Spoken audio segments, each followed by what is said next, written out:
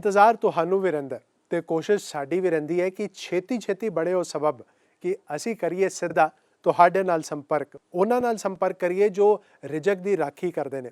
Corona बीमारी वालों फैलाए इस घातक माहौल दे विच भी रिजक दे सिरजनहार बने हुए ने, यानी कि साडे किसान जिन्हां दे सवालां नाल जुड़िया उस दे हल लभण दी फिराक विच लग्या। पीडीसी न्यूज़ का खास उपराला सोनालिका किसान हेल्पलाइन शो सीजन 4 जिसके पेशकर्ता ने सोनालिका सिकंदर पावर्ड बाय धानुका दा सैंपरा ले हाजिर मैं। यह जो नंबर तुहाडी स्क्रीन ते आ रहा है जो कि है 9315929696 इस उत्ते तुसीं मिस्ड कॉल कर दिओ या व्हाट्सएप कर दिओ। साडी टीम तुहाडे नाल संपर्क करदी है ते किसानी नाल जुड़े तुहाडे सवाल जाणदी है। ते अज दा विषय झोने दी बिजाई दी विओतबंदी जिस बारे गल करन लई साडे नाल डॉक्टर बूटा सिंह ढिल्लों ने पंजाब खेतीबाड़ी यूनीवर्सिटी तो। डॉक्टर साहब जी आया नो। धन्यवाद जी। डॉक्टर साहब पहले तो जानना चाहांगे तुसीं ठीक हो, तुहाडा परिवार बिल्कुल ठीक ठाक है? हाँ जी बिल्कुल ठीक ठाक जी। जी बिल्कुल चढ़ती कला च रहना चाहिए। तो डॉक्टर साहब अज असीं किसानां नाल सीधा संपर्क साधांगे, कॉल के जरिए वीडियो कॉल के जरिए जुड़ांगे। पर पहला सवाल यह जानना चाहांगा कि आने वाला समा जिहड़ा है झोने की बिजाई का समा है, पर किस्मां के हिसाब नाल पनीरी की बिजाई और लुआई का ढुकवां समा किहड़ा है? बिल्कुल क्योंकि पंजाब एग्रीकल्चर यूनीवर्सिटी पिछले लंबे समय तो झोने की खोज दे विच अपना बहुत बड़ा योगदान पा रही है और इस वेले खेतीबाड़ी यूनीवर्सिटी वालों 11 किस्मां परमल झोने दियां और 11 किस्मां जिहड़ियां हैगियां बासमती दियां पंजाब दे किसान वीरां दी सेवा विच हाज़र कीतियां गईयां, सिफारिश कीतियां ने। सो उन्हां दे किन्ने समय दे विच पकदियां ने उहदे आधार ते सानूं जिहड़ी विਉਂਤਬੰਦੀ करनी उहदी बिजाई ते लवाई दी ਉਹ बड़ी ਜ਼ਰੂਰੀ आ। सो परमल झोने ਦੇ ਵਿੱਚੋਂ ਜਿਹੜੀਆਂ ਸਾਡੀਆਂ ਕਿਸਮਾਂ ਨੇ ਇਹ 93 ਦਿਨ ਤੋਂ ਲੈ ਕੇ ਤੇ 117 ਦਿਨਾਂ ਵਿੱਚ ਪੱਕਦੀਆਂ ਨੇ। ਸੋ ਜਿਹੜਾ ਘੱਟ ਸਮਾਂ ਲੈਣ ਵਾਲੀਆਂ ਕਿਸਮਾਂ ਨੇ ਉਹਨਾਂ ਦੀ ਜੀ ਪਛੇਤੀ ਬਿਜਾਈ ਔਰ ਲਵਾਈ ਕੀਤੀ ਜਾਵੇ ਔਰ ਜਿਹੜਾ ਦਰਮਿਆਨਾ ਸਮਾਂ ਲੈਣ ਵਾਲੀਆਂ ਜਿਵੇਂ 117 ਦਿਨ ਵਾਲੀ ਜੇ ਕਿਸਮ ਦੀ ਗੱਲ ਕਰੀਏ ਤਾਂ ਉਹ ਜਿਹੜੀ ਸਾਨੂੰ ਜਿਹੜੀ ਉਹਦੀ ਬਿਜਾਈ ਤੇ ਲਵਾਈ ਉਹ ਸਾਨੂੰ ਪਹਿਲਾਂ ਸ਼ੁਰੂ ਕਰ ਦੇਣੀ ਚਾਹੀਦੀ ਆ। ਔਰ ਜਿਹੜੀ ਬਿਜਾਈ ਦੀ ਸ਼ੁਰੂ ਕਰਨ ਦਾ ਢੁਕਵਾਂ ਸਮਾਂ ਹੈਗਾ ਝੋਨੇ ਦੇ ਵਿੱਚ ਉਹ ਹੈਗਾ ਜੀ 20 ਮਈ। ਸੋ 20 ਮਈ ਤੋਂ ਅਸੀਂ ਜਿਹੜੀ ਬਿਜਾਈ ਸ਼ੁਰੂ ਕਰਨੀ ਹੈਗੀ ਆ ਝੋਨੇ ਦੀ ਪਨੀਰੀ ਦੀ। ਔਰ 7 ਕਿਸਮਾਂ PR 121, PR 122, PR 123, PR 127, PR 128 ਔਰ PR 129। ਸੋ ਜਿਹੜੀਆਂ ਇਹ ਕਿਸਮਾਂ ਦੀ ਜਿਹੜੀ ਬਿਜਾਈ ਆ ਇਹ ਅਸੀਂ 20 ਤੋਂ 25 ਮਈ ਦਾ ਦਰਮਿਆਨ ਕਰਨੀ ਆ।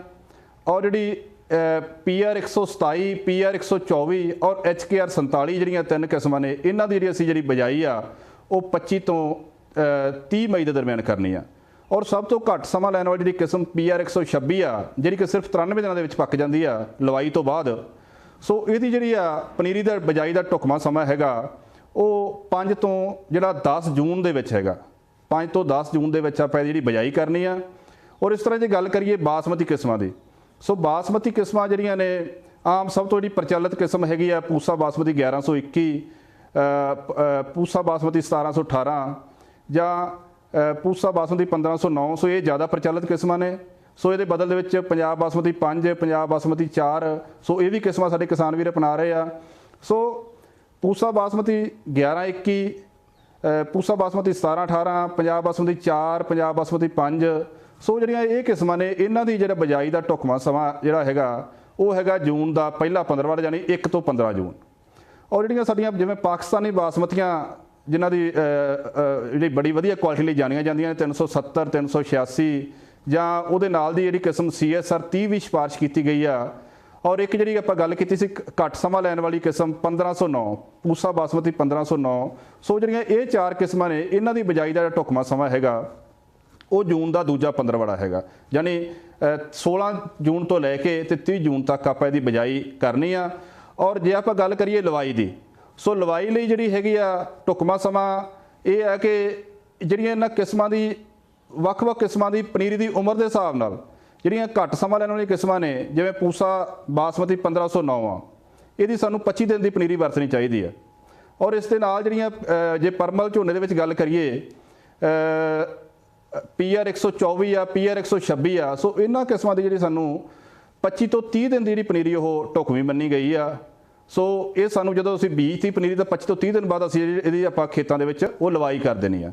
ਬਾਸਮਤੀ ਦੀਆਂ ਤੱਕ ਸਾਰੀਆਂ ਕਿਸਮਾਂ ਦੀ ਜਿਹੜੀ ਹੈਗੀ ਆ ਜੇ 1509 ਤੋਂ ਇਲਾਵਾ ਆਪਾਂ 25 ਤੋਂ 30 ਦਿਨਾਂ ਦੀ ਪਨੀਰੀ ਵਰਤਣੀ ਆ। ਔਰ ਬਾਕੀ ਜਿਹੜੀਆਂ ਕਿਸਮਾਂ ਦਰਮਿਆਨਾ ਸਮਾਂ ਲੈਣ ਵਾਲੀਆਂ ਜਿਹਦੇ 'ਚ ਕਿ PR 121 PR 122 PR 127 PR 128 PR 129 PR 114 PR 113 ਜਿਹੜੀ ਕਿ ਮੋਟੇ ਝੋਨੇ ਦੀ ਕਿਸਮ ਆ। ਸੋ ਇਹਨਾਂ ਦੀ ਜਿਹੜੀ ਲਵਾਈ ਦਾ ਢੁਕਵਾਂ ਸਮਾਂ ਜਿਹੜਾ ਹੈਗਾ ਉਹ 30 ਤੋਂ 35 ਦਿਨਾਂ ਦੀ ਪਨੀਰੀ ਆਪਾਂ ਇਹਨਾਂ ਲਈ ਵਰਤਣੀ ਹੈਗੀ ਹੈ। ਤੇ ਡਾਕਟਰ ਸਾਹਿਬ, ਜਿਵੇਂ ਤੁਸੀਂ ਜਾਣਦੇ ਹੋ ਸਾਡਾ ਸ਼ੋਅ ਦਾ ਫਾਰਮੈਟ ਹੈ ਕਿ ਅਸੀਂ ਕਿਸਾਨਾਂ ਨਾਲ ਸਿੱਧਾ ਸੰਪਰਕ ਸਾਧਦੇ ਹਾਂ, ਵੀਡੀਓ ਕਾਲ ਦੇ ਜ਼ਰੀਏ, ਕਾਲ ਦੇ ਜ਼ਰੀਏ ਜੁੜਦੇ ਹਾਂ। ਤੇ ਪਹਿਲੇ ਕਿਸਾਨ ਸਿੱਧਾ ਖੇਤਾਂ ਤੋਂ ਸਾਡੇ ਨਾਲ ਜੁੜ ਚੁੱਕੇ ਨੇ, ਉਹਨਾਂ ਦਾ ਸਵਾਲ ਕੀ ਹੈ ਉਹ ਜਾਣਦੇ ਹਾਂ। ਡਾਕਟਰ ਸਾਹਿਬ, ਲੇਬਰ ਨਹੀਂ ਆ ਰਹੀ, ਅਸੀਂ ਪਹਿਲੀ ਵਾਰ ਬਿਜਾਈ ਕਰਨੀ ਹੈ, ਕਿਹੜੀ ਕਿਸਮ ਬੀਜੀ ਜਾਵੇ ਜਿਹੜੀ ਦੇ ਨਾਲ ਸਾਨੂੰ ਝਾੜ ਵੱਧ ਮਿਲ ਸਕੇ, ਔਰ ਕਿਹੜੀ ਦਵਾਈ ਛਿੜਕੀ ਜਾਵੇ, ਜਿਹੜਾ ਨਦੀਨ ਨਾਸ਼ਕਾਂ ਵਾਸਤੇ ਕਿਹੜੇ ਸਮੇਂ ਦਵਾਈ ਦੀ ਛਿੜਕਾਅ ਕਰਨਾ, ਉਹਦੇ ਬਾਰੇ ਜਾਣਕਾਰੀ ਦਿਓ। ਬਿਲਕੁਲ ਜੀ, ਬਹੁਤ ਤੁਹਾਡਾ ਅਹਿਮ ਸਵਾਲ ਆ, ਕਿਉਂਕਿ ਜਿਹੜੀ ਕਿਸਮ ਦੀ ਚੋਣ ਆ ਉਹ ਇੱਕ ਮਜ਼ਬੂਤ ਨਹੀਂ ਹੁੰਦੀ ਆ। ਕਿਸਮ ਦੀ ਚੋਣ ਜੇਕਰ ਇੱਕ ਵਾਰ ਆਪਣੇ ਤੋਂ ਗਲਤ ਹੋ ਗਈ ਤਾਂ ਆਉਣ ਵਾਲੇ ਸਮੇਂ ਦੇ ਵਿੱਚ ਕੋਈ ਜਿਹੜੇ ਕਾਸ਼ਤਕਾਰੀ ਢੰਗ ਜਿਹੜਾ ਉਹਦਾ ਘਾਟਾ ਨਹੀਂ ਪੂਰਾ ਕਰ ਸਕਦੇ। ਸੋ ਇਸ ਕਰਕੇ ਬੜਾ ਜ਼ਰੂਰੀ ਹੈ ਕਿ ਅਸੀਂ ਢੁਕਵੀਆਂ ਕਿਸਮਾਂ ਦੀ ਜਿਹੜੀ ਕਾਸ਼ਤ ਉਹ ਕਰੀਏ। ਸੋ ਜੇ ਆਪਾਂ ਗੱਲ ਕਰੀਏ ਸਿੱਧੀ ਬਿਜਾਈ ਝੋਨੇ ਦੀ ਤਾਂ ਇਹਦੇ ਵਿੱਚ PR 126 ਕਿਸਮ, PR 121 ਕਿਸਮ ਪਰਮਲ ਦੇ ਵਿੱਚ, ਔਰ ਬਾਸਮਤੀ ਦੇ ਵਿੱਚ ਪੂਸਾ ਬਾਸਮਤੀ 1121, ਪੂਸਾ ਬਾਸਮਤੀ 1718, ਪੂਸਾ ਬਾਸਮਤੀ 1509। ਸੋ ਇਹਨਾਂ ਕਿਸਮਾਂ ਦੀ ਜਿਹੜੀ ਕਾਸ਼ਤ ਕੀਤੀ ਜਾ ਸਕਦੀ ਆ। ਔਰ ਘੱਟ ਸਮੇਂ ਵਾਲੀਆਂ ਕਿਸਮਾਂ ਜਿਹੜੀਆਂ ਹੈਗੀਆਂ ਇਹਦੇ ਸਾਨੂੰ ਕਾਸ਼ਤ ਕਰਨੀ ਚਾਹੀਦੀ ਆ, ਕਿਉਂਕਿ ਜ਼ਿਆਦਾ ਸਮੇਂ ਵਾਲੀਆਂ ਜਦੋਂ ਅਸੀਂ ਲੰਮੇ ਸਮੇਂ ਵਾਲੀਆਂ ਕਿਸਮਾਂ ਦੀ ਕਾਸ਼ਤ ਇਹਦੇ 'ਚ ਕਈ ਵਾਰ ਜਿਹੜਾ ਸਾਨੂੰ ਉਹ ਵਧੀਆ ਨਤੀਜੇ ਨਹੀਂ ਦਿੰਦੇਗੇ। ਸਹੀ ਸਮੇਂ 'ਤੇ ਜਿਹੜਾ ਨਦੀਨਨਾਸ਼ਕ ਔਰ ਸਹੀ ਢੰਗ ਨਾਲ ਨਦੀਨਨਾਸ਼ਕ ਹੋਣਾ ਉਹ ਇਹਦੇ ਸਫਲਤਾ ਦੀ ਕਹਾਣੀ ਦਾ ਜਿਹੜਾ ਇੱਕ ਵੱਡਾ ਮੈਂ ਕਹਿੰਦਾ ਰਾਜ ਆ। ਕਿਉਂਕਿ ਜਿਹੜੇ ਸਾਡੇ ਕਿਸਾਨ ਵੀਰ ਪਿਛਲੇ ਸਮੇਂ 'ਚ ਕੁਝ DSR ਕਰ ਰਹੇ ਨੇ, ਸਿੱਧੀ ਬਿਜਾਈ ਝੋਨੇ ਦੀ ਕਰ ਰਹੇ ਨੇ, ਉਹ ਤਾਂ ਕਾਫੀ ਜਾਣੂ ਨੇ। ਸੋ ਜਿਹੜੇ ਕਿਸਾਨ ਵੀਰ ਨਵੇਂ ਇਸ ਵੱਲ ਪ੍ਰੇਰਿਤ ਹੋ ਰਹੇ ਨੇ, ਸੋ ਉਹਨਾਂ ਦੀ ਜਾਣਕਾਰੀ ਲਈ ਬੜਾ ਜ਼ਰੂਰੀ ਆ ਕਿ ਜਦੋਂ ਆਪਾਂ ਬਿਜਾਈ ਕਰਤੀ, ਬਿਜਾਈ ਕਰਨ ਦੇ ਤੁਰੰਤ ਬਾਅਦ ਜੇ ਆਪਾਂ 72 ਦੇ ਵਿੱਚ ਆਪਾਂ ਬਿਜਾਈ ਕੀਤੀ ਆ ਤਾਂ ਬਿਜਾਈ ਕਰਨ ਦੇ ਤੁਰੰਤ ਬਾਅਦ ਆਪਾਂ 24 ਘੰਟਿਆਂ ਦੇ ਵਿੱਚ ਉਹਦੇ 'ਤੇ ਆਪਾਂ ਇੱਕ ਸਟੰਪ ਦਵਾਈ ਆਉਂਦੀ ਆ ਪੈਂਡੀਮੈਥਲਿਨ 1 ਲੀਟਰ ਪ੍ਰਤੀ ਏਕੜ ਦੇ ਹਿਸਾਬ ਨਾਲ ਉਹਦਾ ਛਿੜਕਾਅ ਜਿਹੜਾ ਕਰਨਾ, ਔਰ 200 ਲੀਟਰ ਪਾਣੀ ਦੇ ਵਿੱਚ ਘੋਲ ਕੇ ਉਹਦਾ ਛਿੜਕਾਅ ਕਰਨਾ ਫਲੱਡ ਜੈਟ ਨੋਜ਼ਲ ਦੇ ਨਾਲ। ਫਲੱਡ ਜੈਟ ਨੋਜ਼ਲ ਜਿਹੜੀ ਪਾਣੀ ਜ਼ਿਆਦਾ ਲਾਉਂਦੀ ਆ, ਸੋ ਉਹਦੇ ਨਾਲ ਆਪਾਂ ਜਿਹੜਾ ਹੈਗਾ ਇਹਦਾ ਛਿੜਕਾਅ ਕਰਨਾ ਹੈਗਾ। ਜੇ ਕਿਸੇ ਕਿਸਾਨ ਵੀਰ ਨੇ ਸੁੱਕੇ 'ਚ ਬੀਜਿਆ ਤੇ ਉੱਪਰ ਦੀ ਪਾਣੀ ਲਾਇਆ ਤਾਂ ਜਦੋਂ ਉਹਦਾ ਪੈਰ ਧਰਾ ਹੋ ਗਿਆ ਖੇਤ ਦੇ ਵਿੱਚ ਤਾਂ ਉੱਥੇ ਜਿਹੜਾ ਹੈਗਾ ਆਪਾਂ ਉਹਦਾ ਛਿੜਕਾਅ ਇਸੇ ਦਵਾਈ ਦਾ ਸਟੰਪ ਦਵਾਈ ਦਾ ਛਿੜਕਾਅ ਜਿਹੜਾ ਹੈਗਾ 200 ਲੀਟਰ ਪਾਣੀ ਦੇ ਵਿੱਚ ਘੋਲ ਕੇ ਉਹਦਾ ਛਿੜਕਾਅ ਆਪਾਂ ਜ਼ਰੂਰ ਕਰਨਾ ਹੈਗਾ। ਔਰ ਇਹਦੇ ਨਾਲ ਕਾਫੀ ਹੱਦ ਤੱਕ ਤੁਹਾਡੇ ਨਦੀਨਾਂ ਦਾ ਜਿਹੜਾ ਉਹ ਰੋਕਥਾਮ ਹੋ ਜਾਊਗੀ। ਤੇ ਡਾਕਟਰ ਸਾਹਿਬ, ਅਗਲੇ ਕਾਲਰ ਆਪਣੇ ਸਵਾਲ ਨਾਲ ਸਾਡੇ ਨਾਲ ਜੁੜ ਚੁੱਕੇ ਨੇ, ਉਹਨਾਂ ਦਾ ਸਵਾਲ ਕੀ ਹੈ ਉਹ ਜਾਣਦੇ ਹਾਂ। ਹਾਂਜੀ, ਕੀ ਨਾਂ ਹੈ ਜੀ ਤੁਹਾਡਾ, ਕਿੱਥੋਂ ਬੋਲ ਰਹੇ ਹੋ? ਸਤਿ ਸ਼੍ਰੀ ਅਕਾਲ ਸਰ, ਮੈਂ ਹਰਦੇਵ ਸਿੰਘ ਬੋਲਦਾ ਜੀ ਫਿਰੋਜ਼ਪੁਰ ਤੋਂ। ਹਰਦੇਵ ਜੀ, ਆਪਣਾ ਸਵਾਲ ਪੁੱਛੋ। ਮੇਰਾ ਸਵਾਲ ਇਹ ਸੀਗਾ ਵੀ ਸਾਡੇ ਇੱਥੇ ਰੇਤਲੀ ਜ਼ਮੀਨ ਹੈ ਤੇ ਕੀ ਇਹਦੇ 'ਚ ਝੋਨੇ ਦੀ ਬਜਾਈ ਅਸੀਂ ਸਿੱਧੀ ਕਰ ਸਕਦੇ ਹਾਂ? ਤੇ ਇੱਕ ਹੋਰ ਸੀਗਾ ਜੀ ਵੀ ਇਹਦੇ 'ਚ DAP ਦੀ ਮਾਤਰਾ ਕਿੰਨੀ ਰੱਖਣੀ ਹੈ? ਸਰਦਾਰ ਹਰਦੇਵ ਸਿੰਘ ਜੀ, ਜੋ ਤੁਹਾਡਾ ਸਵਾਲ ਆ ਕਿ ਰੇਤਲੀਆਂ ਜ਼ਮੀਨਾਂ ਦੇ ਵਿੱਚ ਆਪਾਂ ਝੋਨੇ ਦੀ ਬਿਜਾਈ ਵੈਸੇ ਲਵਾਈ ਵੀ ਨਹੀਂ ਕਰਨੀ, ਸਿੱਧੀ ਬਿਜਾਈ ਤਾਂ ਬਿਲਕੁਲ ਨਹੀਂ ਕਰਨੀ। ਕਿਉਂਕਿ ਜੇ ਰੇਤਲੀ ਜ਼ਮੀਨ ਦੇ ਵਿੱਚ ਆਪਾਂ ਸਿੱਧੀ ਬਿਜਾਈ ਕਰਾਂਗੇ ਤਾਂ ਉੱਥੇ ਜਿਹੜੀ ਲੋਹੇ ਦੀ ਘਾਟ ਇੰਨੀ ਕੁ ਜ਼ਿਆਦਾ ਆ ਜਾਣੀ ਹੈ ਜਿਹਦੀ ਕਿ ਬੜੀ ਵੱਡੀ ਮੁਸ਼ਕਲ ਜਿਹੜੀ ਤੁਹਾਡੇ ਲਈ ਪੈਦਾ ਹੋ ਜਾਊਗੀ। ਸੋ ਰੇਤਲੀ ਜ਼ਮੀਨ ਨਹੀਂ, ਸਿਰਫ ਦਰਮਿਆਨੀ ਤੋਂ ਭਾਰੀ ਜ਼ਮੀਨ ਦੇ ਵਿੱਚ ਆਪਾਂ ਸਿੱਧੀ ਬਿਜਾਈ ਜਿਹੜੀ ਕਰਨੀ ਆ। ਦੂਜਾ ਜਿਹੜਾ ਤੁਹਾਡਾ ਸਵਾਲ ਸੀ DAP ਦਾ, ਸੋ DAP ਆਮ ਤੌਰ ਤੇ ਆਪਣੀਆਂ ਜਿਹੜੀਆਂ ਪੰਜਾਬ ਦੀਆਂ ਜ਼ਮੀਨਾਂ ਨੇ ਇਹਨਾਂ ਦੇ ਵਿੱਚ ਫਾਸਫੋਰਸ ਦਾ ਮਾਦਾ ਕਾਫੀ ਜ਼ਿਆਦਾ ਆ, ਕਿਉਂਕਿ ਆਪਾਂ ਕਣਕ ਦੇ ਵਿੱਚ ਲਗਾਤਾਰ ਪਿਛਲੇ ਕਈ ਦਹਾਕਿਆਂ ਤੋਂ ਜਿਹੜੇ ਹੈਗੇ ਆ ਇਹ DAP ਦੀ ਮਾਤਰਾ ਜਿਹੜੀ ਕਾਫੀ 55 ਕਿਲੋ ਜਾਂ 45 ਕਿਲੋ ਜਾਂ 65 ਕਿਲੋ ਆਪਣੀ ਮਿੱਟੀ ਪਰਖ ਦੇ ਆਧਾਰ ਤੇ ਤੁਸੀਂ ਪਾ ਰਹੇ ਹੈਗੇ ਆ। ਸੋ ਇਸ ਕਰਕੇ ਜਿਹੜੀ ਆ ਆਪਾਂ ਨੂੰ DAP ਜਿਹੜੀ ਸਿਰਫ ਮਿੱਟੀ ਪਰਖ ਦੇ ਆਧਾਰ ਤੇ ਜੇ ਤੁਹਾਡੇ ਖੇਤ ਦੇ ਵਿੱਚ ਘੱਟ ਆਉਂਦੀ ਹੈ ਤਾਂ ਹੀ ਪਾਉਣੀ ਹੈ ਝੋਨੇ ਦੇ ਵਿੱਚ, ਨਹੀਂ ਤਾਂ ਆਪਾਂ ਝੋਨੇ ਦੇ ਵਿੱਚ ਜਾਂ ਕਿਸੇ ਹੋਰ ਜਿਹੜੇ ਸਾਉਣੀ ਦੀ ਫਸਲ ਵਾਲੇ ਵਿੱਚ ਆਪਾਂ ਨੂੰ DAP ਖਾਦ ਪਾਉਣ ਦੀ ਜਿਹੜੀ ਜ਼ਰੂਰਤ ਉਹ ਨਹੀਂ ਹੈਗੀ। ਬਹੁਤ ਬਹੁਤ ਧੰਨਵਾਦ ਹਰਦੇਵ ਜੀ, ਤੁਹਾਨੂੰ ਵਿਸਤਾਰਪੂਰਵਕ ਜਾਣਕਾਰੀ ਡਾਕਟਰ ਸਾਹਿਬ ਵੱਲੋਂ ਦਿੱਤੀ ਗਈ ਹੈ। ਬਹੁਤ ਬਹੁਤ ਧੰਨਵਾਦ ਤੁਹਾਡੀ ਕਾਲ ਲਈ। ਤੇ ਇਸ ਦੇ ਨਾਲ ਹੀ ਅਗਲੇ ਕਾਲਰ ਡਾਕਟਰ ਸਾਹਿਬ ਸਾਡੇ ਨਾਲ ਜੁੜ ਚੁੱਕੇ ਨੇ, ਉਹਨਾਂ ਦਾ ਸਵਾਲ ਕੀ ਹੈ ਉਹ ਜਾਣਦੇ ਹਾਂ। ਹਾਂਜੀ, ਕੀ ਨਾਂ ਹੈ ਜੀ ਤੁਹਾਡਾ, ਕਿੱਥੋਂ ਬੋਲ ਰਹੇ ਹੋ? ਸਤਿ ਸ਼੍ਰੀ ਅਕਾਲ ਸਰ ਜੀ। ਸਤਿ ਸ਼੍ਰੀ ਅਕਾਲ ਜੀ। ਮੈਂ ਹਰਮਨਵੀਰ ਸਿੰਘ ਬੋਲ ਰਿਹਾ ਜੀ ਫਤਿਹਗੜ੍ਹ ਸਾਹਿਬ ਤੋਂ। ਹਰਮਨ ਜੀ, ਆਪਣਾ ਸਵਾਲ ਤੁਸੀਂ ਪੁੱਛੋ, ਸਾਡੇ ਨਾਲ ਮਾਹਿਰ ਜੁੜੇ ਨੇ। ਸਰ ਮੇਰਾ ਸਵਾਲ ਹੈ ਸਿੱਧੀ ਬਿਜਾਈ 121 ਤੇ 324 ਬਾਰੇ ਮੈਨੂੰ ਜੀ ਜਰਾ ਸਿੱਧੀ ਵਿਸਤਾਰਪੂਰਵਕ ਦੱਸੋ ਜੀ, ਕਿੱਦਾਂ ਲਈਏ ਜੀ? ਦੇਖੋ ਜੀ, ਕਿਸਮਾਂ ਦੀ ਬਾਬਤ ਆਪਾਂ ਪਹਿਲਾਂ ਵੀ ਗੱਲ ਕੀਤੀ ਆ। ਸੋ ਸਿੱਧੀ ਬਿਜਾਈ ਦੇ ਵਿੱਚ ਜਿਹੜੀ ਕਿਸਮ ਦੀ ਚੋਣ ਇਹ ਬੜੀ ਅਹਿਮ ਆ। ਸੋ ਕਦੇ ਵੀ ਸਿੱਧੀ ਬਿਜਾਈ ਦੇ ਵਿੱਚ ਆਪਾਂ PR 124 ਕਿਸਮ ਦੀ ਕਾਸ਼ਤ ਨਹੀਂ ਕਰਨੀਗੇ, ਕਿਉਂਕਿ ਜਿਹੜੀ PR 124 ਕਿਸਮ ਆ ਇਹਨੂੰ ਪੂਰੇ ਧੱਬਿਆਂ ਦਾ ਰੋਗ ਆਉਂਦਾ ਔਰ ਸਿੱਧੀ ਬਿਜਾਈ 'ਚ ਕਈ ਵਾਰੀ ਬਹੁਤ ਜ਼ਿਆਦਾ ਆ ਜਾਂਦਾ। ਸੋ ਇਸ ਕਰਕੇ ਕਿਸਾਨ ਵੀਰੋ ਆਪਾਂ ਜਿਹੜੀ PR 124 ਕਿਸਮ ਆ ਉਹਦੀ ਕਾਸ਼ਤ ਆਪਾਂ ਸਿੱਧੀ ਬਿਜਾਈ ਦੇ ਵਿੱਚ ਨਹੀਂ ਕਰਨੀਗੀ। PR 121 ਦੀ ਕਾਸ਼ਤ ਆਪਾਂ ਜ਼ਰੂਰ ਕਰ ਸਕਦੇ ਹਾਂ ਔਰ ਇਹਦੀ ਬਿਜਾਈ ਦਾ ਜਿਹੜਾ ਢੁਕਵਾਂ ਸਮਾਂ ਹੈਗਾ ਉਹ ਜੂਨ ਦਾ ਪਹਿਲਾ 15ਵਾੜਾ 1 ਜੂਨ ਤੋਂ 15 ਜੂਨ ਤੱਕ ਜਿਹੜਾ ਹੈਗਾ ਇਹਦਾ ਬਿਜਾਈ ਦਾ ਪਰਮਲ ਕਿਸਮਾਂ ਦਾ ਜਿਹੜਾ ਝੋਨੇ ਦੀਆਂ ਦਾ ਉਹ ਢੁਕਵਾਂ ਸਮਾਂ ਹੈਗਾ ਸਿੱਧੀ ਬਿਜਾਈ ਲਈ। ਤੁਸੀਂ ਜੀ ਸਿੱਧੀ ਬਿਜਾਈ ਦੇ ਵਿੱਚ PR 121 PR 126 ਇਹਨਾਂ ਕਿਸਮਾਂ ਨੂੰ ਤੁਸੀਂ ਤਰਜੀਹ ਦਿਓ। ਤੇ ਇਹਦੇ ਵੇਲੇ ਇੱਕ ਛੋਟੇ ਜਿਹੇ ਬ੍ਰੇਕ ਦਾ ਬ੍ਰੇਕ ਤੋਂ ਬਾਅਦ ਕਿਸਾਨਾਂ ਦੇ ਸਵਾਲਾਂ ਦਾ ਸਿਲਸਿਲਾ ਇਸੇ ਤਰ੍ਹਾਂ ਜਾਰੀ ਰਹੇਗਾ। ਤੁਸੀਂ ਵੇਖਦੇ ਰਹੋ ਸੋਨਾਲੀਕਾ ਕਿਸਾਨ ਹੈਲਪਲਾਈਨ ਸ਼ੋ ਸੀਜ਼ਨ 4।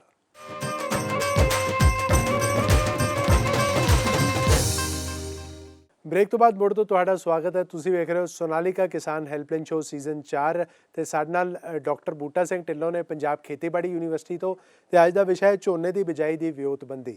ਤੇ ਡਾਕਟਰ ਸਾਹਿਬ ਸਾਡੇ ਨਾਲ ਅਗਲੇ ਕਾਲਰ ਜੁੜ ਚੁੱਕੇ ਨੇ ਆਪਣੇ ਸਵਾਲ ਦੇ ਨਾਲ। ਉਹਨਾਂ ਦਾ ਸਵਾਲ ਕੀ ਹੈ ਉਹ ਜਾਣਦੇ ਆ। ਹਾਂਜੀ, ਕੀ ਨਾਂ ਹੈ ਜੀ ਤੁਹਾਡਾ, ਕਿੱਥੋਂ ਬੋਲ ਰਹੇ ਹੋ? ਸਤਿ ਸ਼੍ਰੀ ਅਕਾਲ ਜੀ, ਮੈਂ ਜਸਵਿੰਦਰ ਸਿੰਘ ਬੋਲ ਰਿਹਾ ਜੀ, ਫਿਰੋਜ਼ਪੁਰ ਤੋਂ ਜੀ। ਜਸਵਿੰਦਰ ਜੀ ਆਪਣਾ ਸਵਾਲ ਪੁੱਛੋ ਜੀ। ਮੇਰਾ ਸਵਾਲ ਇਹ ਹੈ ਜੀ ਕਿ ਡਾਇਰੈਕਟ ਮੈਂ 1 ਕਿੱਲਾ ਲਾਈ ਸੀਗੀ ਪਹਿਲਾਂ ਜੀ, ਤੇ ਹੁਣ ਮੈਨੂੰ ਤੁਸੀਂ ਦੱਸੋ ਕਿ ਵਧੀਆ ਤਰੀਕਾ ਦੱਸੋ ਕਿ ਮੇਰਾ ਝਾੜ ਜ਼ਿਆਦਾ ਹੋਵੇ, ਮੈਨੂੰ ਚੰਗਾ ਤਰੀਕਾ ਦੱਸੋ ਕੋਈ। ਬੜੀ ਖੁਸ਼ੀ ਦੀ ਗੱਲ ਹੈ ਕਿ ਤੁਹਾਡੇ ਕੋਲ ਪਹਿਲਾਂ ਤਜਰਬਾ ਹੈਗਾ, ਕਿਉਂਕਿ ਜਿਹੜੀ ਸਿੱਧੀ ਬਿਜਾਈ ਆ ਇਹਦੇ ਜਿਹੜਾ ਕਿਸਾਨ ਦਾ ਤਜਰਬਾ ਬੜਾ ਜ਼ਰੂਰੀ ਆ ਔਰ ਤੁਹਾਨੂੰ ਪਿਛਲੇ ਸਾਲ ਦਾ ਤਜਰਬਾ ਹੈਗਾ, ਤੁਹਾਨੂੰ ਪਤਾ ਹੈ ਵੀ ਕਿਹੜੀਆਂ ਮੁਸ਼ਕਲਾਂ ਇਹਦੇ 'ਚ ਆਉਂਦੀਆਂ। ਤਾਂ ਮੈਨੂੰ ਉਮੀਦ ਆ ਵੀ ਤੁਸੀਂ ਉਹਨਾਂ ਦਾ ਜਿਹੜਾ ਸਮਾਧਾਨ ਕਰ ਲਓਗੇ।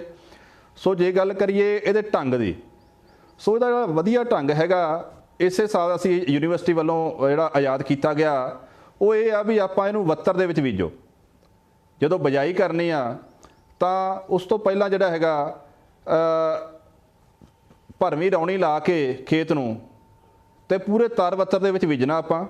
ਤਾਰ ਵੱਤਰ ਦਾ ਮਤਲਬ ਇੰਨਾ ਕਿ ਵੀ ਟਰੈਕਟਰ ਦੀਆਂ ਗੁੱਡੀਆਂ ਜਦੋਂ ਤੁਸੀਂ ਬੀਜੋ ਤਾਂ ਟਰੈਕਟਰ ਦੀਆਂ ਗੁੱਡੀਆਂ ਤੁਹਾਡੀਆਂ ਉਹ ਜ਼ਮੀਨ ਦੇ ਵਿੱਚ ਖੁੱਭਦੀਆਂ ਹੋਣ, ਕਿਉਂਕਿ ਜਿਹੜਾ ਸਮਾਂ ਹੁੰਦਾ ਜੂਨ ਮਹੀਨੇ ਦੇ ਵਿੱਚ ਗਰਮੀ ਕਾਫੀ ਹੁੰਦੀ, ਤਾਪਮਾਨ ਜ਼ਿਆਦਾ ਹੁੰਦਾ ਔਰ ਬੜੀ ਜਲਦੀ ਆਪਣਾ ਖੇਤ ਸੁੱਕਦਾ ਹੈਗਾ। ਸੋ ਜਦੋਂ ਖੇਤ ਦੀ ਤਿਆਰੀ ਕਰਨੀ ਉਦੋਂ ਵੀ ਖਿਆਲ ਕਰਨਾ, ਕੋਸ਼ਿਸ਼ ਕਰੋ ਸ਼ਾਮ ਨੂੰ ਤੁਸੀਂ ਖੇਤ ਦੀ ਤਿਆਰੀ ਕਰੋ। ਸ਼ਾਮ ਨੂੰ ਖੇਤ ਦੀ ਤਿਆਰੀ ਕਰਕੇ ਔਰ ਸ਼ਾਮ ਦੀ ਉਹਨੂੰ ਸੁਹਾਗਾ ਮਾਰ ਕੇ ਉਹਨੂੰ ਬੰਦ ਕਰ ਦਿਓ ਖੇਤ ਨੂੰ ਔਰ ਸੁਹਾਗੇ 3-4 ਸੁਹਾਗੇ ਭਰਵੇਂ ਮਾਰੋ, ਉਹਦੇ ਤੇ ਉੱਪਰ ਭਾਰ ਰੱਖ ਕੇ ਬੋਰੀਆਂ ਰੱਖ ਕੇ ਉੱਤੇ ਭਰਵੇਂ ਸੁਹਾਗੇ ਮਾਰੋ। ਤਾਂ ਉਸ ਤੋਂ ਬਾਅਦ ਜਿਹੜੀ ਉਹਦੀ ਬਿਜਾਈ ਆਪਾਂ ਜਿਹੜੀ ਉਹ ਕਰ ਸਕਦੇ ਆ। ਜਿਹੜੀ ਆਪਣੀ ਡਰਿੱਲ ਤੁਹਾਡੇ ਕੋਲ ਹੋਣੀ ਆ, ਸੋ ਉਸ ਡਰਿੱਲ ਦੇ ਨਾਲ ਆਪਾਂ ਜਿਹੜੀਆਂ ਤਿਰਛੀਆਂ ਪਲੇਟਾਂ ਵਾਲੀ ਡਰਿੱਲ ਆ ਉਹਦੇ ਨਾਲ ਜਿਹੜੀ ਆਪਾਂ ਉਹਦੀ ਬਿਜਾਈ ਉਹ ਕਰ ਸਕਦੇ ਆ ਜੀ। ਸੋ ਉਸ ਤੋਂ ਬਾਅਦ ਆਪਾਂ ਜਿਹੜਾ ਪਹਿਲਾ ਪਾਣੀ ਆ 21 ਦਿਨ ਬਾਅਦ ਇਹਨੂੰ ਪਹਿਲਾ ਪਾਣੀ ਲਾਉਣਾ, ਕਿਉਂਕਿ ਜਦੋਂ ਆਪਾਂ ਇਹ ਵਿਧੀ ਅਪਣਾਵਾਂਗੇ ਤਾਂ ਇਹਦੇ ਨਾਲ ਆਪਣੇ ਨਦੀਨਾਂ ਦੀ ਜਿਹੜੀ ਸਮੱਸਿਆ ਉਹ ਵੀ ਘਟੂਗੀ। ਕਿਉਂਕਿ ਪਹਿਲਾਂ 21 ਦਿਨ ਪਾਣੀ ਨਹੀਂ ਲਾਉਣਾ ਆਪਾਂ ਝੋਨੇ ਨੂੰ ਤਾਂ ਉੱਥੇ ਕੀ ਆ ਝੋਨਾ ਜਿਹੜਾ ਹੈਗਾ ਉੱਗਰਿਆ ਹੋਊਗਾ, ਲੇਕਿਨ ਜਿਹੜੇ ਨਦੀਨ ਆ ਉਹ ਉਹਦੇ 'ਚ ਬਹੁਤ ਘੱਟ ਉੱਗਰਨਗੇ। ਸੋ ਇਹ ਜਿਹੜੀ ਇਸੇ ਸਾਲ ਜਿਹੜੀ ਵਿਧੀ ਆ ਇਹ ਵਿਕਸਿਤ ਕਰਕੇ ਤੁਹਾਡੀ ਸੇਵਾ 'ਚ ਯੂਨੀਵਰਸਿਟੀ ਨੂੰ ਦਿੱਤੀ ਗਈ ਆ। ਸੋ ਵੱਧ ਤੋਂ ਵੱਧ ਰਕਬਾ ਜਿਹੜਾ ਇਸ ਵਿਧੀ ਦੇ ਵਿੱਚ ਆਪਾਂ ਲਿਆਈਏ ਤਾਂ ਜੋ ਜਿਹੜਾ ਆਪਣਾ ਸਿੱਧੀ ਬਿਜਾਈ ਝੋਨਾ ਜਿਹੜਾ ਹੈਗਾ ਇਸ ਸਾਲ ਉਹਨੂੰ ਆਪਾਂ ਜਿਹੜਾ ਤਸੱਲੀ ਬਖਸ਼ ਤੋਂ ਨਤੀਜੇ ਜਿਹੜੇ ਉਹ ਲੈ ਸਕੀਏ ਜੀ। ਤੇ ਡਾਕਟਰ ਸਾਹਿਬ ਹੁਣ ਸਿੱਧਾ ਖੇਤਾਂ ਤੋਂ ਕਿਸਾਨ ਸਾਡੇ ਨਾਲ ਜੁੜ ਗਏ ਨੇ ਆਪਣੇ ਸਵਾਲ ਦੇ ਨਾਲ। ਉਹਨਾਂ ਦਾ ਸਵਾਲ ਕੀ ਹੈ ਉਹ ਜਾਣਦੇ ਆ। ਝੋਨੇ ਦੀ ਜਿਹੜੀ ਬਿਜਾਈ ਅਸੀਂ ਕਰਾਂਗੇ ਮਸ਼ੀਨਾਂ ਥਰੂ, ਉਹਨੂੰ ਪਾਣੀ ਕਿਵੇਂ ਲਾਉਣਾਗਾ ਤੇ ਕਿੱਥੋਂ ਸਾਡੇ ਜਿਹੜੇ ਨਦੀਨ ਨਾਸ਼ਕ ਜਿਹੜੇ ਵਿੱਚ ਉਹਦੇ ਵੱਖਰੇ ਨਦੀਨ ਹੋਣਗੇ ਉਹ ਸਾਨੂੰ ਕਿੱਥੋਂ ਪ੍ਰੋਵਾਈਡ ਹੋਣਗੇ? ਸੋ ਸਿੱਧੀ ਬਿਜਾਈ ਝੋਨੇ ਦੇ ਵਿੱਚ ਜਿਹੜਾ ਪਾਣੀ ਆ, ਜੇ ਆਪਾਂ ਵੱਤਰ ਦੇ ਵਿੱਚ ਜਿਵੇਂ ਪਹਿਲਾਂ ਗੱਲ ਕੀਤੀ, ਜੇ ਵੱਤਰ ਦੇ ਵਿੱਚ ਆਪਾਂ ਜਿਹੜੀ ਬਿਜਾਈ ਕੀਤੀ ਆ ਤਾਂ ਜਿਹੜਾ ਪਹਿਲਾ ਪਾਣੀ ਆਪਾਂ 21 ਦਿਨਾਂ ਤੇ ਲਾਉਣਾ ਬਿਜਾਈ ਤੋਂ 21 ਦਿਨਾਂ ਬਾਅਦ, ਔਰ ਉਸ ਤੋਂ ਬਾਅਦ ਲੋੜ ਅਨੁਸਾਰ ਜਿਵੇਂ ਜਿਵੇਂ ਝੋਨਾ ਪਾਣੀ ਮੰਗਦਾ 5-7 ਦਿਨਾਂ ਦੇ ਵਕਫੇ ਦੇ ਉੱਪਰ, ਜੇ ਭਾਰੀਆਂ ਜ਼ਮੀਨਾਂ ਦਾ 10 ਦਿਨਾਂ ਦਾ ਵਕਫਾ ਵੀ ਪਾ ਸਕਦੇ ਹਾਂ, ਦਰਮਿਆਨੀਆਂ ਜ਼ਮੀਨਾਂ 'ਚ 5-7 ਦਿਨ ਦੇ ਵਕਫੇ ਤੇ ਔਰ ਭਾਰੀਆਂ ਜ਼ਮੀਨਾਂ ਦਾ ਆਪਾਂ 10 ਦਿਨਾਂ ਦਾ ਵਕਫਾ ਵੀ ਪਾ ਸਕਦੇ ਹਾਂ। ਸੋ ਇਸ ਤਰ੍ਹਾਂ ਜਿਹੜਾ ਪਾਣੀ ਆਪਾਂ ਉਹਨੂੰ ਲਾਉਂਦੇ ਰਹਿਣਾ ਹੈਗਾ। ਦੂਜਾ ਸਵਾਲ ਸੀ ਉਹਨਾਂ ਦਾ ਨਦੀਨ ਨਾਸ਼ਕਾਂ ਦਾ। ਸੋ ਨਦੀਨ ਨਾਸ਼ਕਾਂ ਜਿਹੜੀਆਂ ਵੀ ਸਿਫਾਰਿਸ਼ ਨਦੀਨ ਨਾਸ਼ਕਾਂ ਨੇ ਉਹਨਾਂ ਦੀ ਤੁਸੀਂ ਕਿਸੇ ਵੀ ਜਿਹੜਾ ਆਪਣੇ ਡੀਲਰ ਤੋਂ ਤੁਸੀਂ ਉਹਨਾਂ ਦੀ ਪ੍ਰਾਪਤ ਕਰ ਸਕਦੇ ਹੋ। ਪਰ ਇਹਦੇ 'ਚ ਮੈਂ ਬੇਨਤੀ ਕਰੂੰਗਾ ਜਦੋਂ ਵੀ ਕੋਈ ਵੀ ਖੇਤੀ ਦੇ ਤੁਸੀਂ ਇਨਪੁਟਸ ਲੈਣੇ ਆ ਤਾਂ ਉਹਦੇ 'ਚ ਉਹਦਾ ਬਿੱਲ ਜ਼ਰੂਰ ਲੈ ਲਿਆ ਕਰੋ। ਸੋ ਉਹਦਾ ਪ੍ਰੋਪਰ ਬਿੱਲ ਲੈ ਕੇ, ਪੱਕਾ ਬਿੱਲ ਲੈ ਕੇ ਤੁਸੀਂ ਕਿਤੋਂ ਵੀ ਜਿਹੜਾ ਇਹ ਨਦੀਨ ਨਾਸ਼ਕ ਦਵਾਈਆਂ ਜਿਹੜੀਆਂ ਸਿਫਾਰਿਸ਼ਸ਼ੁਦਾ ਪੰਜਾਬ ਖੇਤੀਬਾੜੀ ਯੂਨੀਵਰਸਿਟੀ ਵੱਲੋਂ ਉਹਨਾਂ ਦੀ ਤੁਸੀਂ ਜਿਹੜੀ ਖਰੀਦ ਕਰ ਸਕਦੇ ਹੈਗੇ। ਤੇ ਅਗਲੇ ਕਾਲਰ ਸਾਡੇ ਨਾਲ ਜੁੜ ਚੁੱਕੇ ਨੇ, ਉਹਨਾਂ ਕੋਲੋਂ ਸਵਾਲ ਜਾਣਦੇ ਆ। ਹਾਂਜੀ, ਕੀ ਨਾਂ ਹੈ ਜੀ ਤੁਹਾਡਾ, ਕਿੱਥੋਂ ਬੋਲ ਰਹੇ ਹੋ? ਜੀ ਮੈਂ ਪਰਮਿੰਦਰ ਸਿੰਘ ਗੱਲ ਕਰ ਰਿਹਾ, ਡੇਰਾ ਬਾਬਾ ਨਾਨਕ ਤੋਂ। ਹਾਂਜੀ ਪਰਮਿੰਦਰ ਜੀ ਆਪਣਾ ਸਵਾਲ ਪੁੱਛੋ। ਝੋਨੇ ਦੀ ਲਵਾਈ ਜਿਹੜੀ ਹੈਗੀ ਜੂਨ 'ਚ ਸ਼ੁਰੂ ਹੋ ਜਾਣੀ ਹੈ 10 ਜੂਨ ਤੋਂ ਬਾਅਦ, ਪਰ ਲੇਬਰ ਦੀ ਬੜੀ ਸਮੱਸਿਆ ਆ ਰਹੀ ਹੈ। ਲੇਬਰ ਸਾਰੀ ਲਾਕਡਾਊਨ ਤੋਂ ਬਾਅਦ ਘਰਾਂ ਨੂੰ ਜਾ ਵੜੀ ਆ। ਹੁਣ ਕਿੱਥੋਂ ਲੇਬਰ ਆਊਗੀ? ਜੇ ਲੇਬਰ ਮਿਲੂਗੀ ਵੀ ਤਾਂ ਉਹ ਮਹਿੰਗੇ ਭਾਅ ਤੇ ਮਿਲੂਗੀ, ਦੇਸੀ ਬੰਦੇ ਮਿਲਣਗੇ ਉਹ ਪੈਸਾ ਵੱਧ ਲੈਣਗੇ। ਇਹ ਸਮੱਸਿਆ ਪੂਰੇ ਪੰਜਾਬ ਦੀ, ਸਾਡੇ ਹਲਕੇ ਵਿੱਚ ਜ਼ਿਆਦਾ, ਕਿਉਂਕਿ ਬਾਰਡਰ ਤੇ ਬੈਠੇ ਆ। ਬਾਰਡਰ ਤੇ ਸਮੱਸਿਆ ਸਾਨੂੰ ਵੱਧ ਆਉਂਦੀ ਆ। ਕੋਈ ਹੱਲ ਹੋ ਸਕੇ ਤਾਂ ਦੱਸੋ ਜੀ। ਦੇਖੋ ਸਰਦਾਰ ਪਰਮਿੰਦਰ ਸਿੰਘ ਜੀ, ਜਿਵੇਂ ਪਹਿਲਾਂ ਵੀ ਆਪਾਂ ਗੱਲ ਕੀਤੀ ਹੈ ਵੀ ਝੋਨਾ ਡਰਿਲ ਨਾਲ ਬੀਜਣਾ ਇੱਕ ਤਕਨੀਕ ਹੈਗੀ ਆ। ਖੇਤੀਬਾੜੀ ਯੂਨੀਵਰਸਿਟੀ ਵਾਲੇ ਨੇ ਤੁਹਾਨੂੰ ਤਕਨੀਕ ਇਹ ਵਿਕਸਿਤ ਕਰਕੇ ਦਿੱਤੀ ਹੋਈ ਆ।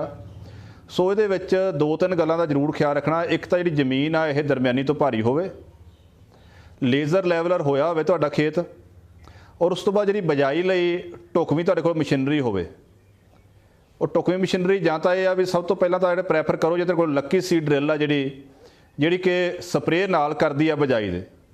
ਜੇਕਰ ਉਹ ਹੈ ਨਹੀਂ ਤਾਂ ਕੋਈ ਵੀ ਜਿਹੜੀ ਤਿਰਛੀਆਂ ਪਲੇਟਾਂ ਵਾਲੀ ਡਰਿਲ ਆ ਉਹਦੀ ਵਰਤੋਂ ਨਾਲ ਤੁਸੀਂ ਜਿਹੜੀ ਹੈਗੀ ਆ ਝੋਨੇ ਦੀ ਸਿੱਧੀ ਬਿਜਾਈ ਤੁਸੀਂ ਉਹ ਕਰ ਸਕਦੇ ਹੋ। ਔਰ ਜੇ ਲੱਗਦਾ ਵੀ ਤੁਹਾਡੇ ਕੋਲ ਉਹ ਵੀ ਤੁਹਾਡੇ ਕੋਲ ਨਹੀਂ ਹੈਗੀ ਤਾਂ ਇੱਕ ਕੰਟੀਨਜੈਂਟ ਪਲਾਨ ਜਿਹੜਾ ਖੇਤੀਬਾੜੀ ਯੂਨੀਵਰਸਿਟੀ ਵੱਲੋਂ ਦਿੱਤਾ ਗਿਆ ਹੈ ਕਿਸਾਨਾਂ ਵਾਸਤੇ, ਵੀ ਜੇ ਤੁਹਾਡੇ ਕੋਲੇ ਜਿਹੜੇ ਜ਼ੀਰੋ ਡਰਿਲਾਂ ਨੇ ਕਣਕ ਬੀਜਣ ਵਾਲੀਆਂ ਜਾਂ ਹੈਪੀ ਸੀਡਰ ਨੇ ਕਣਕ ਡਰਿਲਾਂ ਵਾਲੇ ਬੀਜਣ ਵਾਲੇ, ਸੋ ਉਹਨਾਂ ਦੀ ਜਿਹੜੀ ਵਰਤੋਂ ਆ ਉਹਨਾਂ ਨਾਲ ਵੀ ਆਪਾਂ ਜਿਹੜੀ ਆ ਕੋਈ ਥੋੜ੍ਹੀਆਂ ਜਿਹੀ ਉਹਦੇ ਸੋਧਾਂ ਕਰਕੇ ਝੋਨੇ ਦੀ ਸਿੱਧੀ ਬਿਜਾਈ ਕਰ ਸਕਦੇ ਹਾਂ। ਸੋ ਉਹਦੇ ਵਿੱਚ ਕੀ ਆ ਵੀ ਜਿਹੜਾ ਆਪਣਾ ਖਾਦ ਵਾਲਾ ਬਕਸਾ ਹੈਗਾ ਉਹਦੇ ਵਿੱਚ ਆਪਾਂ ਬੀਜ ਪਾਉਣਾ ਔਰ ਉਹਦੇ ਪਿਸਤੌਲ ਨੂੰ ਅੱਧਾ ਇੰਚ ਖੋਲ ਕੇ ਔਰ ਉਹਦੇ ਉੱਪਰ ਆਪਾਂ ਦਾਣੇ ਪਾ ਦੇਣੇ ਆ। ਔਰ ਦਾਣੇ ਪਾਉਣ ਤੋਂ ਬਾਅਦ ਆਪਾਂ ਉਹਦਾ ਜਿਹੜੀ ਸਾਈਡ ਤੇ ਵੀਲ ਲੱਗਿਆ ਉਹਨੂੰ ਵੀਲ ਨੂੰ ਆਪਾਂ ਇੱਕ ਪੂਰਾ ਵੀਲ ਘੁਮਾ ਕੇ ਦੇਖਣਾ ਉਹਦਾ, ਔਰ ਜਿਹੜੇ ਦਾਣੇ ਉਹਦੇ ਨੀਚੇ ਆਉਣਗੇ ਪੋਰ ਦੇ ਵਿੱਚ ਉਹਨਾਂ ਨੂੰ ਕਿਸੇ ਲਿਫਾਫੇ 'ਚ ਇਕੱਠੇ ਕਰਕੇ ਉਹਨਾਂ ਦੀ ਗਿਣਤੀ ਕਰ ਲੈਣੀ ਆ। ਸੋ ਗਿਣਤੀ ਕਰ ਲੈਣੀ ਆ ਔਰ ਨਾਲ ਨਾਲ ਜਿਹੜਾ ਹੈਗਾ ਵੀਲ ਦੇ ਉੱਪਰ ਦੀ ਇੱਕ ਕੋਈ ਸੇਬਾ ਲੈ ਕੇ ਉਹ ਦੇਖ ਲਓ ਵੀ ਵੀਲ ਦੀ ਜਿਹੜੀ ਉੱਪਰੋਂ ਦਾ ਘੇਰਾ ਕਿੰਨਾ ਬਣਦਾ, ਔਰ ਉਹ ਜਿੰਨਾ ਤੁਹਾਡੀ ਰੱਸੀ ਆ ਆਉਂਦੀ ਆ ਉਹਦੇ ਉੱਪਰ ਤੁਸੀਂ ਦਾਣੇ ਜਿਹੜੇ ਤੁਹਾਡੇ ਉੱਥੋਂ ਨਿਕਲੇ ਆ ਉਹ ਰੱਸੀ ਦੇ ਉੱਪਰ ਤੁਸੀਂ ਦਾਣੇ ਜਿਹੜੇ ਖਿਲਾਰ ਦੇਣੇ ਆ ਉਹ, ਔਰ ਬਾਅਦ 'ਚੋਂ ਜੋ ਦੇਖ ਲੈਣਾ ਹੈਗਾ ਬਈ 1 ਮੀਟਰ ਦੇ ਵਿੱਚ ਤੁਹਾਡੇ ਦਾਣੇ ਕਿੰਨੇ ਡਿੱਗੇ। ਜੇਕਰ ਤੁਹਾਡੇ ਦਾਣੇ ਡਿੱਗਦੇ ਨੇ 1 ਮੀਟਰ ਦੇ 16 ਤੋਂ ਲੈ ਕੇ 20 ਤਾਂ ਤੁਹਾਡੀ ਜਿਹੜੀ ਡਰਿਲ ਆ ਉਹ ਬਿਲਕੁਲ ਠੀਕ ਆ ਝੋਨੇ ਦੀ ਸਿੱਧੀ ਬਿਜਾਈ ਲਈ।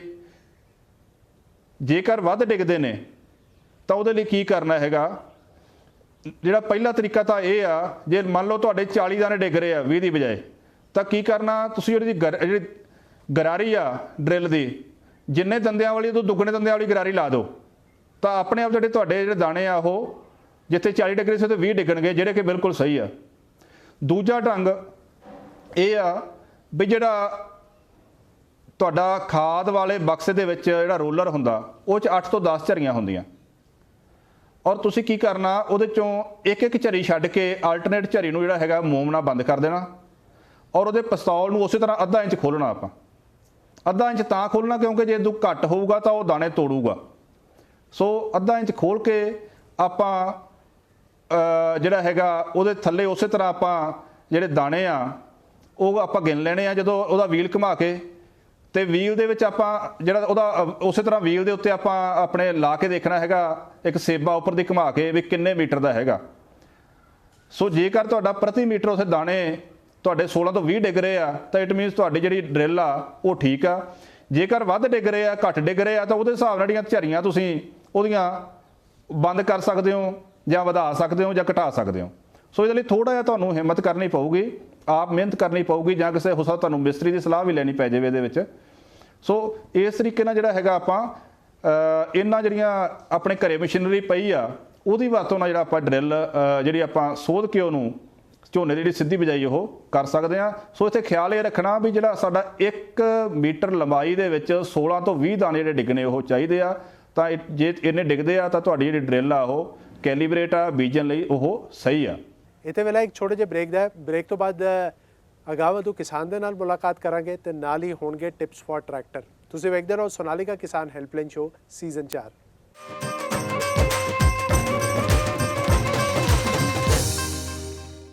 ਬ੍ਰੇਕ ਤੋਂ ਬਾਅਦ ਤੁਹਾਡਾ ਸਵਾਗਤ ਹੈ। ਤੁਸੀਂ ਵੇਖ ਰਹੇ ਹੋ ਸੋਨਾਲੀਕਾ ਕਿਸਾਨ ਹੈਲਪਲਾਈਨ ਸ਼ੋ ਸੀਜ਼ਨ 4 ਤੇ ਅਗਾਵਧੂ ਕਿਸਾਨ ਕੌਣ ਹੁੰਦਾ ਹੈ? ਉਹ ਕਿਸਾਨ ਹੁੰਦਾ ਹੈ ਜਿਸ ਦੀ ਵਿਲੱਖਣ ਸੋਚ ਹੁੰਦੀ ਹੈ, ਜੋ ਹੋਰਨਾਂ ਕਿਸਾਨਾਂ ਨੂੰ ਸੇਧ ਦਿੰਦਾ ਹੈ। ਤੇ ਅਜਿਹੇ ਕਿਸਾਨ ਨਾਲ ਆਓ ਕਰਾਉਣੇ ਹਾਂ ਤੁਹਾਡੀ ਮੁਲਾਕਾਤ। ਪੰਜਾਬ ਸਰਕਾਰ ਕਿਸਾਨਾਂ ਨੂੰ ਲਗਾਤਾਰ ਖੇਤੀ ਧੰਦਿਆਂ ਦੇ ਨਾਲ-ਨਾਲ ਸਹਾਇਕ ਧੰਦੇ ਅਪਣਾਉਣ ਲਈ ਅਪੀਲ ਕਰਦੀ ਰਹੀ ਹੈ, ਪਰ ਇਸ ਤੇ ਬਹੁਤ ਘੱਟ ਕਿਸਾਨਾਂ ਨੇ ਅਮਲ ਕੀਤਾ। ਮਾਨਸਾ ਜ਼ਿਲ੍ਹੇ ਦੇ ਕਿਸਾਨ ਹਰਭਜਨ ਸਿੰਘ ਨੇ ਆਪਣੀ 5 ਏਕੜ ਜ਼ਮੀਨ ਵਿੱਚ ਮੱਛਲੀ, ਸੂਰ, ਬੱਤਖ ਅਤੇ ਬਟੇਰ ਫਾਰਮ ਬਣਾ ਕੇ ਇਸ ਧੰਦੇ ਨੂੰ ਵੱਡੇ ਪੱਧਰ ਤੇ ਅਪਣਾਇਆ ਹੈ। ਹਰਭਜਨ ਸਿੰਘ ਨੇ ਦੱਸਿਆ ਕਿ ਉਹਨਾਂ ਨੇ ਆਪਣਾ ਕੰਮ ਬਹੁਤ ਛੋਟੇ ਲੈਵਲ ਤੋਂ ਸ਼ੁਰੂ ਕੀਤਾ ਸੀ ਅਤੇ ਅੱਜ ਉਹ ਆਪਣਾ ਮਾਲ ਬਾਹਰ ਐਕਸਪੋਰਟ ਕਰਦੇ ਨੇ। ਉਹਨਾਂ ਨੇ ਦੱਸਿਆ ਕਿ ਮੱਛਲੀ ਫਾਰਮ ਤੇ ਜ਼ਿਆਦਾ ਖਰਚ ਨਹੀਂ ਹੁੰਦਾ ਕਿਉਂਕਿ ਮੱਛਲੀਆਂ ਦੀ ਫੀਡ ਸੂਰ ਦੇ ਮਲ ਮੂਤਰ ਨਾਲ ਹੀ ਪੂਰੀ ਹੋ ਜਾਂਦੀ ਹੈ, ਜਿਸ ਦੇ ਲਈ ਫालतू ਖਰਚ ਨਹੀਂ ਕਰਨਾ ਪੈਂਦਾ। ਜਿਵੇਂ ਹੁਣ ਸਰਕਾਰ ਸਬਸਿਡੀਆਂ ਵਗੈਰਾ ਦਿੰਦੀ ਹੈਗੀ, ਉਹਨਾਂ ਨੂੰ ਮਤਲਬ ਸਬਸਿਡੀ ਦੇਣਾ ਤਾਂ ਕਿ ਮਤਲਬ ਵੀ ਲੋਕ ਇਹ ਕਿੱਤਾ ਜਿਹੜਾ ਮਤਲਬ ਖੇਤੀ ਤੋਂ ਡਿਵਰਸੀਫਿਕੇਸ਼ਨ ਹੋ ਕੇ ਤੇ ਲੋਕ ਇਸ ਰੁਝਾਨ ਵਿੱਚ ਜਾਣ। ਮੱਛੀ ਪਾਲਣ ਦੇ ਵਿੱਚ ਸੂਰ ਪਾਲਣਾ ਹੈਗਾ, ਬੱਕਰੀ ਪਾਲਣਾ ਹੈਗਾ, ਮੁਰਗਾ ਪਾਲਣਾ, ਇਹਦੇ ਵਿੱਚ ਮੈਂ ਦੇਸੀ ਮੁਰਗੇ ਵੀ ਰੱਖਦਾਗਾ। ਪੰਜਾਬ ਦਾ ਕਿਸਾਨ ਫਸਲੀ ਚੱਕਰ ਵਿੱਚ ਉਲਝਿਆ ਹੋਇਆ ਹੈ, ਪਰ ਹਰਭਜਨ ਸਿੰਘ ਨੇ ਆਪਣੀ ਥੋੜੀ ਜਿਹੀ ਜ਼ਮੀਨ ਤੇ ਸਹਾਇਕ ਧੰਦੇ ਅਪਣਾ ਕੇ ਮੋਟਾ ਮੁਨਾਫਾ ਕਮਾਇਆ ਹੈ। ਹਰਭਜਨ ਸਿੰਘ ਨੇ ਦੱਸਿਆ ਕਿ ਇਸ ਕੰਮ ਵਿੱਚ ਖੇਤੀ ਤੋਂ 5 ਗੁਣਾ ਜ਼ਿਆਦਾ ਆਮਦਨ ਹੈ। ਉਹਨਾਂ ਕਿਹਾ ਕਿ ਅਗਰ ਪੰਜਾਬ ਸਰਕਾਰ ਸਾਨੂੰ ਸਬਸਿਡੀ ਦੇਵੇ ਤਾਂ ਇਸ ਧੰਦੇ ਨੂੰ ਹੋਰ ਵੱਡੇ ਪੱਧਰ ਤੇ ਚਲਾਇਆ ਜਾ ਸਕਦਾ ਹੈ, ਕਿਉਂਕਿ ਹੁਣ ਉਹਨਾਂ ਨੂੰ ਬਿਜਲੀ ਕਮਰਸ਼ੀਅਲ ਰੇਟ ਤੇ ਮਿਲ ਰਹੀ ਹੈ। ਇਸ ਲਈ ਸਰਕਾਰ ਨੂੰ ਇਸ ਵੱਲ ਧਿਆਨ ਦੇਣਾ ਚਾਹੀਦਾ ਹੈ। ਖੇਤੀ ਦੇ ਨਾਲ ਨਾਲ ਇਹ ਸਹਾਇਕ ਧੰਦਿਆਂ ਦੀ ਬਹੁਤ ਜ਼ਰੂਰਤ ਹੈਗੀ, ਕਿਸਾਨਾਂ ਨੂੰ ਕਰਨੇ ਚਾਹੀਦੇ ਨੇਗੇ। ਸਾਰੇ ਜਿੰਨੇ ਵੀ ਖੇਤੀ ਦਾ ਕਰਦੇ ਨੇਗੇ ਉਹਨਾਂ ਨੂੰ ਖੇਤੀ ਦੇ ਵਿੱਚ ਇੰਨੀ ਆਮਦਨ ਨਹੀਂ ਹੈਗੀ। ਹਰਭਜਨ ਸਿੰਘ ਦਾ ਕਹਿਣਾ ਹੈ ਕਿ ਉਹਨਾਂ ਕੋਲ ਵਿਦੇਸ਼ੀ ਬਰੀਡ ਵੀ ਹੈ, ਜਿਸ ਦੇ ਚਲਦਿਆਂ ਉਹ ਆਪਣੇ ਪੱਧਰ ਤੇ ਤਰ੍ਹਾਂ ਦੀ ਨਸਲ ਪੈਦਾ ਕਰਕੇ ਮੁਨਾਫਾ ਕਮਾ ਰਹੇ ਨੇ। ਇਸ ਲਈ ਪੰਜਾਬ ਦੇ ਕਿਸਾਨਾਂ ਨੂੰ ਵੀ ਇਸ ਤੋਂ ਪ੍ਰੇਰਿਤ ਹੋਣਾ ਚਾਹੀਦਾ ਹੈ। ਬਈ ਸਲਾਮ ਹੈ ਇਹਨਾਂ ਦੇ ਜਜ਼ਬੇ ਨੂੰ, ਸਲਾਮ ਹੈ ਇਹਨਾਂ ਦੀ ਨਵੇਕਲੀ ਸੋਚ ਨੂੰ। ਤੇ ਹੁਣ ਤੁਸੀਂ ਆਪਣੇ ਸੋਨਾਲੀਕਾ ਟਰੈਕਟਰ ਦੀ ਸਾਂਭ ਸੰਭਾਲ ਕਿਵੇਂ ਕਰ ਸਕਦੇ ਹੋ, ਇਸ ਲਈ ਪੇਸ਼ ਨੇ ਟਿਪਸ ਫॉर ਟਰੈਕਟਰ। ਅੱਜ ਅਸੀਂ ਗੱਲ ਕਰਾਂਗੇ ਸੋਨਾਲੀਕਾ ਟਰੈਕਟਰ ਵਿੱਚ ਥੋੜੇ ਜਿਹੇ ਉਪਾਅ ਅਪਣਾ ਕੇ ਕਿਵੇਂ ਤੁਸੀਂ ਨਾ ਸਿਰਫ ਡੀਜ਼ਲ ਬਚਾ ਸਕਦੇ ਹੋ, ਨਾਲ ਹੀ ਖੇਤਾਂ ਦੇ ਵਿੱਚ ਟਰੈਕਟਰ ਦੀ ਪਰਫਾਰਮੈਂਸ ਵਿੱਚ ਵੀ ਕਰ ਸਕਦੇ ਹੋ ਵਾਧਾ। ਟਰੈਕਟਰ ਸਟਾਰਟ ਕਰਨ ਤੋਂ ਬਾਅਦ ਸਾਰੇ meter, switch, accelerator, brake, engine ਦੀ ਆਵਾਜ਼ ਅਤੇ ਗੇਅਰਾਂ ਨੂੰ ਬਦਲ ਕੇ ਇਸ ਦੀ ਜਾਂਚ ਕਰਨਾ ਜ਼ਰੂਰੀ ਹੈ। ਟਰੈਕਟਰ ਦੇ ਸਾਰੇ ਉਪਕਰਨ ਜਾਂ ਟਰਾਲੀ ਨੂੰ ਜੋੜਨ ਸਮੇਂ ਦੋਵੇਂ ਗੇਅਰ ਲੀਵਰ ਨਿਊਟਰਲ ਹੋਣ ਅਤੇ ਪਾਰਕਿੰਗ ਬ੍ਰੇਕ ਦੀ ਵਰਤੋਂ ਕਰੋ। ਚੈੱਕ ਚੇਨ ਸਟੇ ਬਾਰ, ਟਾਪ ਲਿੰਕ ਅਤੇ ਲਿਫਟ ਰੋਡ ਦੀ ਮਦਦ ਨਾਲ ਉਪਕਰਨ ਨੂੰ ਟਰੈਕਟਰ ਦੇ ਨਾਲ ਜੋੜੋ। ਹਮੇਸ਼ਾ ਫਿਊਲ ਕੱਟ ਆਫ ਲਾਈਨ ਖਿੱਚੀ ਨਹੀਂ ਹੋਣੀ ਚਾਹੀਦੀ। ਪੀਟੀਓ ਲੀਵਰ ਨਿਊਟਰਲ ਹੋਣਾ ਚਾਹੀਦਾ ਹੈ। ਦੋਵੇਂ ਹਾਈਡ੍ਰੋਲਿਕ ਲੀਵਰ ਹੇਠਾਂ ਨੂੰ ਹੋਣੇ ਚਾਹੀਦੇ ਨੇ। ਗੇਅਰ ਲੀਵਰ ਨਿਊਟਰਲ ਹੋਣਾ ਚਾਹੀਦਾ ਹੈ। ਵੀਲ ਦੇ ਨਟ ਅਤੇ ਬੋਲਟਾਂ ਨੂੰ ਸਮੇਂ-ਸਮੇਂ ਤੇ ਚੈੱਕ ਕਰਨਾ ਜ਼ਰੂਰੀ ਹੈ। ਫਿਊਲ, ਲੁਬਰੀਕੇਸ਼ਨ ਆਇਲ ਅਤੇ ਕੂਲੈਂਟ ਲੈਵਲ ਨੂੰ ਵੀ ਸਮੇਂ-ਸਮੇਂ ਤੇ ਚੈੱਕ ਕੀਤਾ ਜਾਣਾ ਚਾਹੀਦਾ ਹੈ। ਅੱਜ ਦੇ ਪ੍ਰੋਗਰਾਮ ਵਿੱਚ ਫਿਲਹਾਲ ਇੰਨਾ ਹੀ। ਇਹ ਜੋ ਨੰਬਰ ਤੁਹਾਡੀ ਸਕਰੀਨ ਤੇ ਆ ਰਿਹਾ ਜੋ ਕਿ ਹੈ 93 195 92 96 9, ਇਸ ਉੱਤੇ ਮਿਸਡ ਕਾਲ ਕਰਨੀ ਜਾਂ WhatsApp ਕਰਨਾ ਨਾ ਭੁੱਲਿਓ। ਸਾਡੀ ਟੀਮ ਤੁਹਾਡੇ ਨਾਲ ਸੰਪਰਕ ਕਰੇਗੀ ਅਤੇ ਕਿਸਾਨੀ ਨਾਲ ਜੁੜੇ ਤੁਹਾਡੇ ਸਵਾਲ ਜਾਣੇਗੀ। ਤੇ ਨਾਲ ਹੀ ਅਗਲੇ ਹਫਤੇ ਇੱਕ ਨਵਾਂ ਵਿਸ਼ਾ ਲੈ ਕੇ ਫਿਰ ਮੁਲਾਕਾਤ ਹੋਵੇਗੀ। ਵੇਖਣਾ ਭੁੱਲਿਓ ਨਾ ਸੋਨਾਲੀਕਾ ਕਿਸਾਨ ਹੈਲਪਲਾਈਨ ਸ਼ੋ ਸੀਜ਼ਨ 4, ਜਿਸ ਦੇ ਪੇਸ਼ਕਰਤਾ ਨੇ ਸੋਨਾਲੀਕਾ ਸਿਕੰਦਰ, ਪਾਵਰਡ ਬਾਏ ਧਾਨੂਕਾ ਦਾ ਸੈਂਪਰਾ। ਦਿਓ ਇਜਾਜ਼ਤ ਤੇ ਆਪਣਾ ਤੇ ਆਪਣਿਆਂ ਦਾ ਧਿਆਨ ਚੰਗੀ ਤਰ੍ਹਾਂ ਰੱਖਿਓ, ਸੋਸ਼ਲ ਡਿਸਟੈਂਸਿੰਗ ਨੂੰ ਮੇਨਟੇਨ ਕਰਦੇ ਹੋਏ। ਰੱਬ ਰਾਖਾ।